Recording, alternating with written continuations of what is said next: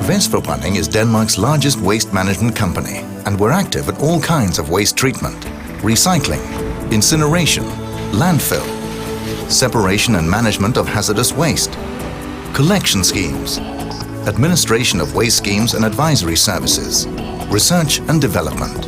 Throughout our work, the environment takes top priority.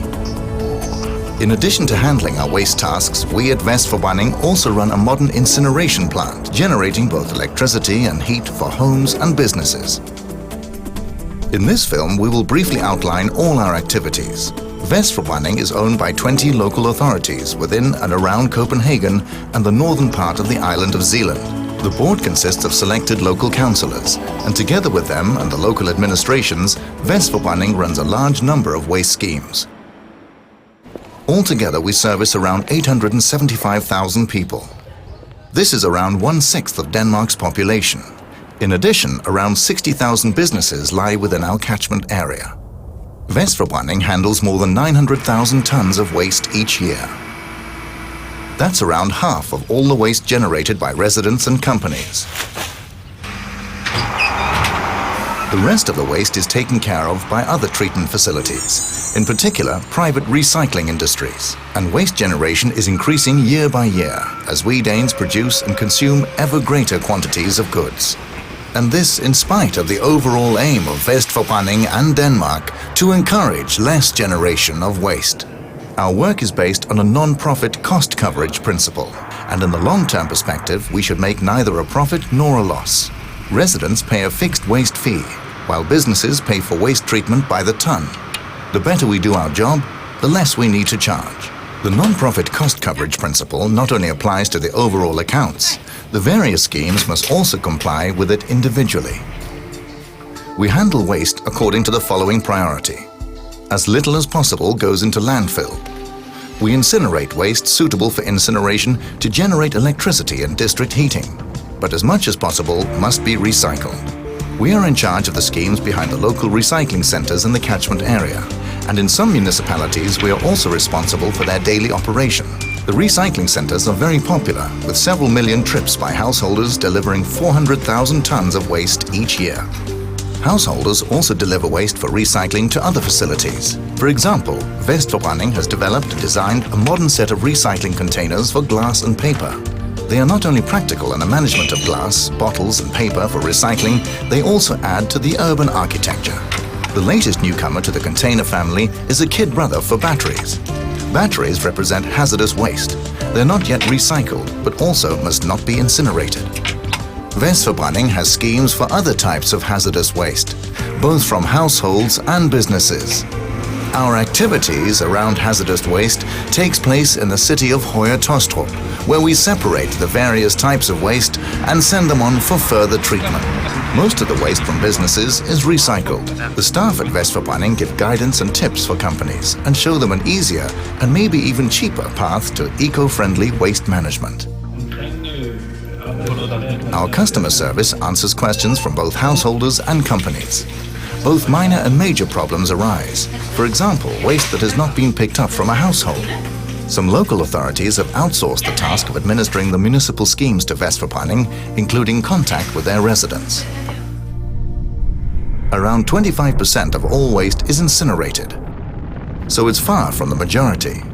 But since Vestforbrænding is the only incineration plant in the catchment area, we handle 100%, or more than 500,000 tons of waste, suitable for incineration that arises every year. This is our largest single activity, both measured in volume and in cash flow. By incinerating waste, we achieve several things. We get rid of the waste. We generate electricity corresponding to the demand of around 80,000 households. We generate district heat corresponding to the demand of around 75,000 households. When we generate energy from the waste, the CO2 emissions that would otherwise have been emitted from natural gas or oil are avoided in the environment and society. Vestforbrænding's total waste-based energy generation corresponds to 130,000 tons of fuel oil. Vestforbrænding's two furnace lines in the city of Glostrup date from 1999 and 2005. The plants are fully up to date and comply with all environmental requirements for waste incineration.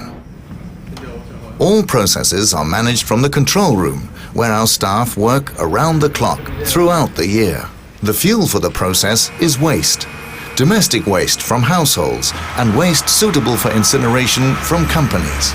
Around 2,000 waste collection vehicles deliver to the plant each week, and they're all weighed.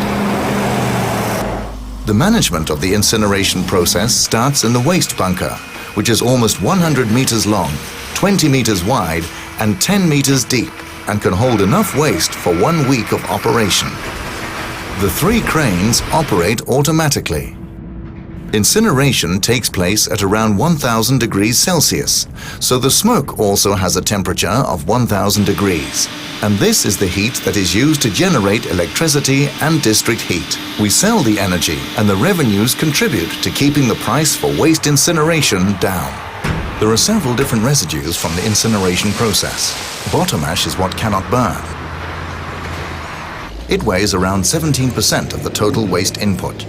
This amounts to around 85,000 tons that is taken to a facility where it is separated. The bottom ash is recycled as a substitute for gravel in construction works, roads and paths. The flue gas is treated, and treatment residues include flue gas waste and wastewater, which is treated and then sent to a wastewater treatment plant, and from there to the sea. A number of contaminants are removed from the flue gas, for example dioxin, dust and acid gases, such as sulfuric acid and hydrochloric acid. In the flue gas treatment, water, lime and activated carbon are used. A treatment residue is formed in the flue gas treatment, flue gas waste, where the contamination from the waste is concentrated.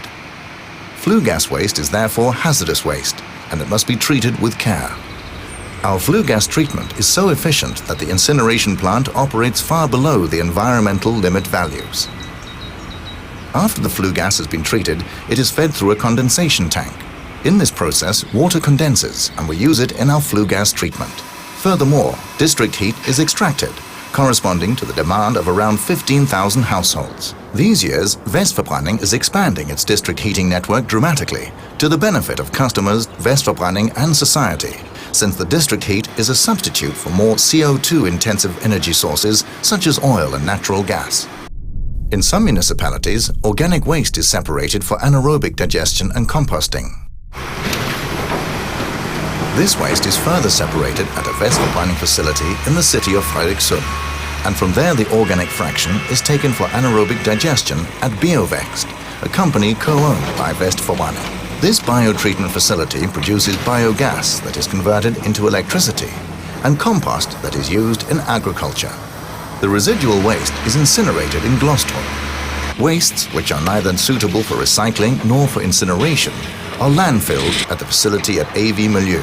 AV Miljø is a waste landfill south of Copenhagen, owned and operated by Vestforbrænding together with the Amager Forbrænding Waste Management Company. At Vestforbrænding, we give the environment a high priority. Environment to us means both the natural environment and our internal working environment. Complying with environmental legislation is only our minimum objective. We aim to continuously develop the environmental performance of the company. Our environmental management system is certified according to the ISO 14001 standard and is regularly updated and reviewed by external auditors. It is a key requirement of the system that we continuously improve our environmental performance. Our work with the natural environment and the working environment is documented in our green accounts. Health and safety responsibilities are carried out in cooperation with a safety organization that launches improvement projects and deals with any problems as they arise. Vestforbraending is active at many sites within the catchment area. We have the incineration plant in Glostrup, the separation of organic waste in Fredrikssund, the reception facility for hazardous waste in Høje Taastrup. And on top of that, we operate and man the recycling centers in several of the municipalities.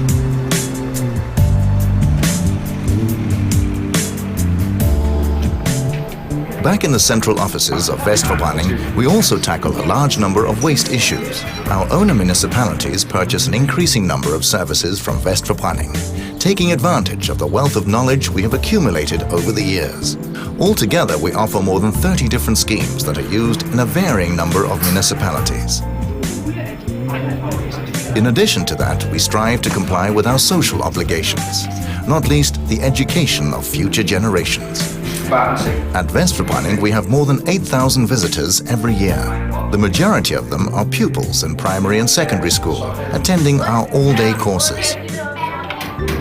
Other interested people can use Vestforbraending for an excursion and will not only visit an impressive plant, but will also learn something new. Waste will always be there, but we're happy to say that the solutions to waste problems are getting both better and cheaper, especially with Vestforbraending at the wheel. Vestforbraending is working for environmentally responsible solutions at competitive prices for the joy and benefit of citizens and businesses alike.